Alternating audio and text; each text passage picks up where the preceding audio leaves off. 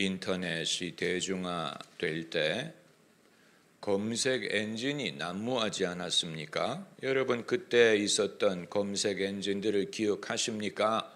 지금은 구글이 평정을 했지만 당시에는 구글이 아주 작은 검색 엔진이었고 야후라든가 그 이외의 이름을 기억할 수 없는 여러 엔진이 있다가 결국 국제 무대에서는 구글, 국내에서는 네이버로 정착이 되지 않았습니까? 성경이 기록될 때도 장차 어떤 책이 성경의 주된 책을 이루게 될지 알 수 없는 상황에서 여러 저자가 여러 책을 썼을 것이고 세월이 지나가면서 성경의 주류를 이루는 책이 정착이 되었으리라고 봅니다. 그 말은 그 모든 게 하나님의 영감으로 기록된 책이지만 장차 교회가 어떤 책을 주된 것으로 받아들일지를 미리 알지 못했을 것이라는 것입니다. 그 중에 하나가 욥기가 아니었을까 생각하는 것입니다. 지금은 욥기가 구약 성경의 변방에 있는 작은 책이 되었지만 당시에는 욥이 아브라함과 거의 같은 그런 비중을 갖는 인물이었어요. 이 복음한 비중을 갖는 인물이었고 아브라함과 욥에게는 유사한 면이 상당히 많습니다. 둘 다 족장이었고 둘 다 부유했고 유지였고 제사장이었고 선지자였고 그리고 가정에 벌어지는 시련을 통해 하나님의 섭리를 경험하고 결국 믿음의 승리를 얻는다는 면에 있어서는 아브라함과 욥이 유사한 점이 많이 있습니다. 욥에 대한 도전이 있었죠. 욥에 대한 도전은 욥은 팔자가 좋기 때문에 하나님을 섬기는 것이 아닙니까? 하나님이 이렇게 복을 주어서 그 사람의 믿음을 따낸다면 누구든 하나님을 믿을 수 있지 않겠습니까? 라는 강한 도전이었어요. 그리고 하나님은 그 도전을 무시하지 않았습니다. 그게 아니라는 것을 욥의 경험을 통하여 증명할 필요가 있었습니다. 이것은 욥이 증명할 필요가 있는 것이고 하나님이 증명할 필요가 있었던 것입니다. 왜냐하면 사단이 욥을 도전한 게 아니고 하나님을 도전했기 때문에 이것은 욥이 증명하는 것을 통하여 하나님이 증명할 필요가 있었던 것입니다. 그런데 똑같은 도전을 아브라함에게도 할 수 있습니다. 아브라함과 욥이 비슷한 인물이었다라고 말씀드리는 이유가 여기에 있어요. 아브라함의 경우에 하나님이 아브라함에게 후하게 대해 주신 것만을 생각하면 누군들 믿음을 갖지 않겠습니까? 당신이 하나님을 믿어 복을 받을 수 있다면 누군들 마다하겠습니까? 믿지 않을 이유가 없는 것이지요. 모두가 아브라함처럼 복을 받을 수 있다면 안 믿는 게 이상한 것이지요. 그러나 왜 다 아브라함처럼 믿음의 인물이 되지 못하느냐? 여기에는 겉으로 볼 수 없는 믿음의 사람에게 테스트를 통하여 진정한 믿음을 검증하는 면이 포함되어 있기 때문이에요. 여러분이 이것을 깨닫지 못한다면 여러분 자신의 삶에 벌어지는 일을 이해하지 못할 것입니다. 이것은 아브라함에게만 국한된 것이 아니기 때문에 여러분 아브라함의 인생을 참어 읽으면 굴곡이 없는 편안한 인생으로 보일 것입니다. 얼마나 좋아요? 자식이 없다는 것만 제외하면 아브라함은 재산이 없습니까? 명예가 없습니까? 아브라함에게 인품이 없습니까? 아브라함은 모든 면으로 우리가 부러워할 만한 그런 면을 소유한 인물이었기 때문에 유복한 삶을 살았던 사람이에요. 그런데 욥이 그런 사람이었는데 욥도 그런 사람이었는데 그 면을 사단이 도전한 것이 아닙니까? 하나님이 그렇게 욥을 위하니 당연히 욥이 하나님을 섬기지요. 그 이외의 시나리오를 상정한다면 그래도 그렇게 하겠습니까? 이것이 시험이 도전이에요. 아브라함도 마찬가지. 왜 아브라함의 믿음을 시험하셨는가, 테스트하셨는가가 이해가 되는 부분이에요. 아브라함의 경우에는 사단이 도전했다는 말이 없지만 그럼에도 누군가 도전할 만한 여지는 충분히 있었어요. 당연히 도전하죠. 우리가 도전했을 거예요. 우리가 거기에 대해서 반론을 제기했을 거예요. 수많은 사람들이 아브라함을 시샘했을 거예요. 아브라함을 시기했을 거예요. 아브라함은 좋겠네. 아브라함을 복은 받아 좋겠네. 나도 아브라함처럼 복을 받으면 난들 아브라함처럼 되지 못할까. 이건 사단이 시험한다는 것은 모든 사람이 시험할 만한 여지가 있다는 것을 말하는 것이고, 그렇기 때문에 하나님이 그것을 건너뛰지 않고 무시할 수 없고 여기에 대하여 증명할 필요가 있었는데, 욥의 경우에는 그 대가를 어느 정도 욥이 지불할 필요가 있었고 아브라함도 마찬가지였습니다. 여러분, 아브라함의 시험에 대해서 말을 할 때마다 성도님들의 얼굴에 싫어하는 빛이 등장한다는 사실을 아세요? 이것은 여러분의 얌체 같은 면과 그리고 여러분이 그 사실을 숨기지 못한다는 것을 보여주는 것이고, 얼마나 사람이 단편적으로 신앙생활을 하려고 하면 아브라함의 12장부터 15장과 17장과 이 모든 것에 대해서는 사람들이 공감을 하는데, 이제 사라를 통하여 얻은 이삭을 바치라고 하는 면에 있어서는 사람이 다 고개를 갸우뚱하죠. 철학자 키에케고르이 바로 이 주제를 대상으로 해서 그의 작품을 만들었다는 사실을 아십니까? 여러분, 이게 바로 불협화음의 시험이에요. 불협화음이라는 것은 음악적인 용어인데 음이 서로 화음을 이루지 못하고 서로 부조리를 이룰 때 불협화음이라고 하는 것입니다. 믿음의 시험은 우리 인생에 부조리를 일으키므로 논리적으로 조화가 되지 못하고 내가 머리로 그것을 이해하지 못하고 모순적으로 보일 때 그것이 불협화음이라고 하는 것입니다. 시험이 시험인 이유는 불협화음을 만들기 때문이에요.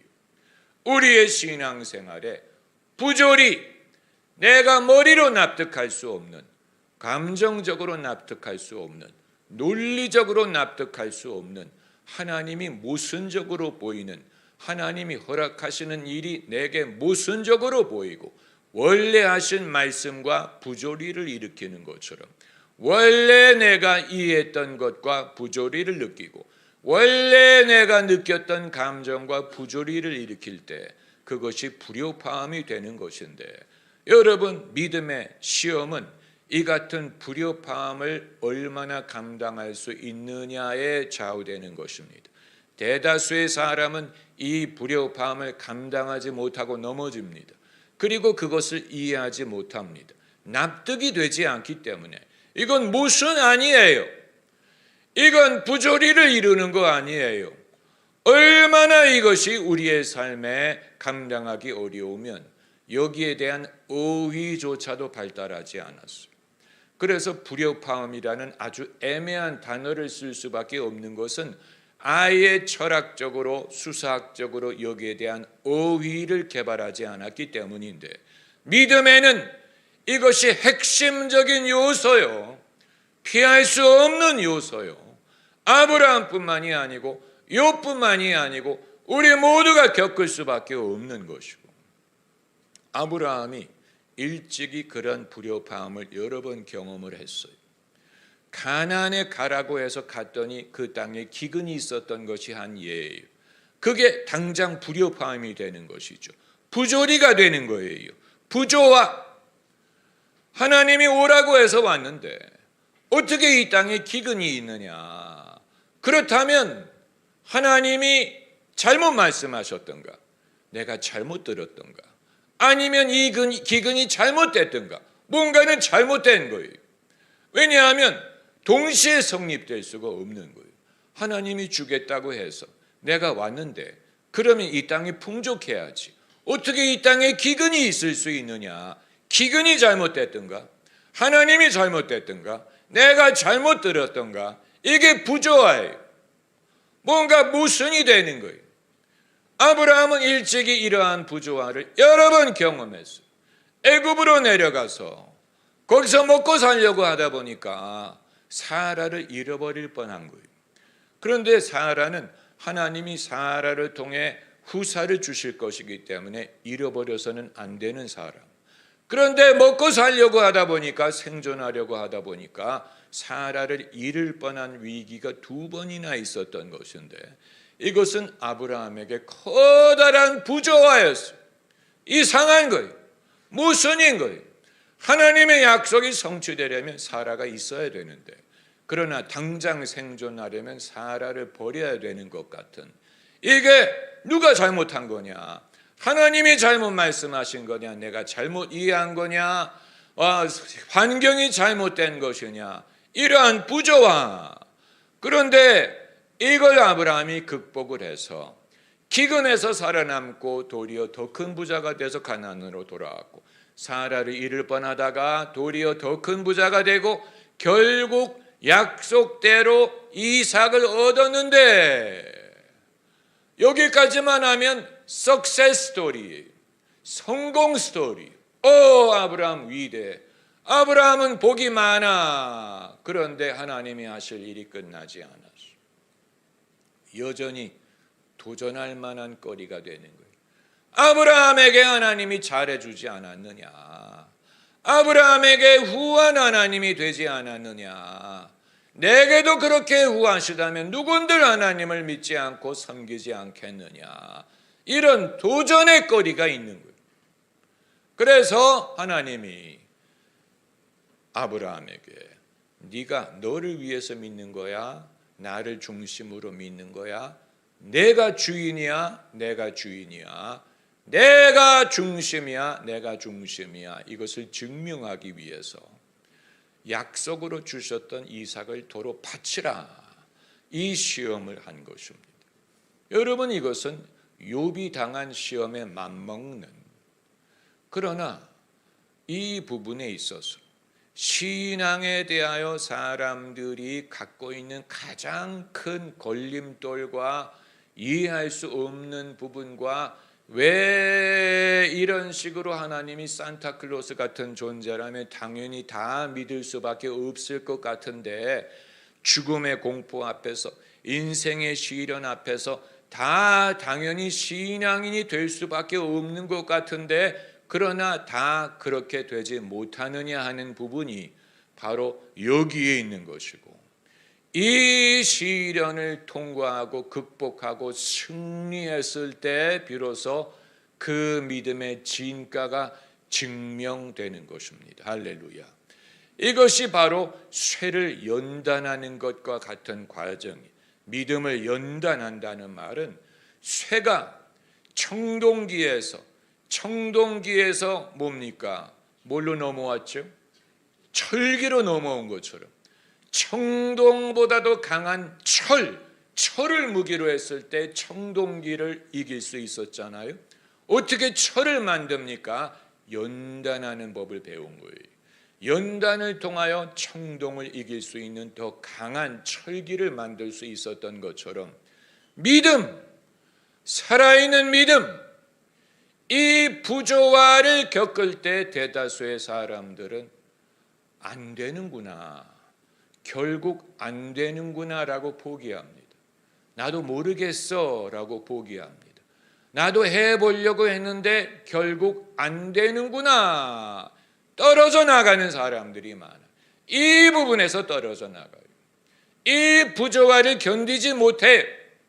하나님이 나는 좋은 줄 알았는데 아닌가 봐.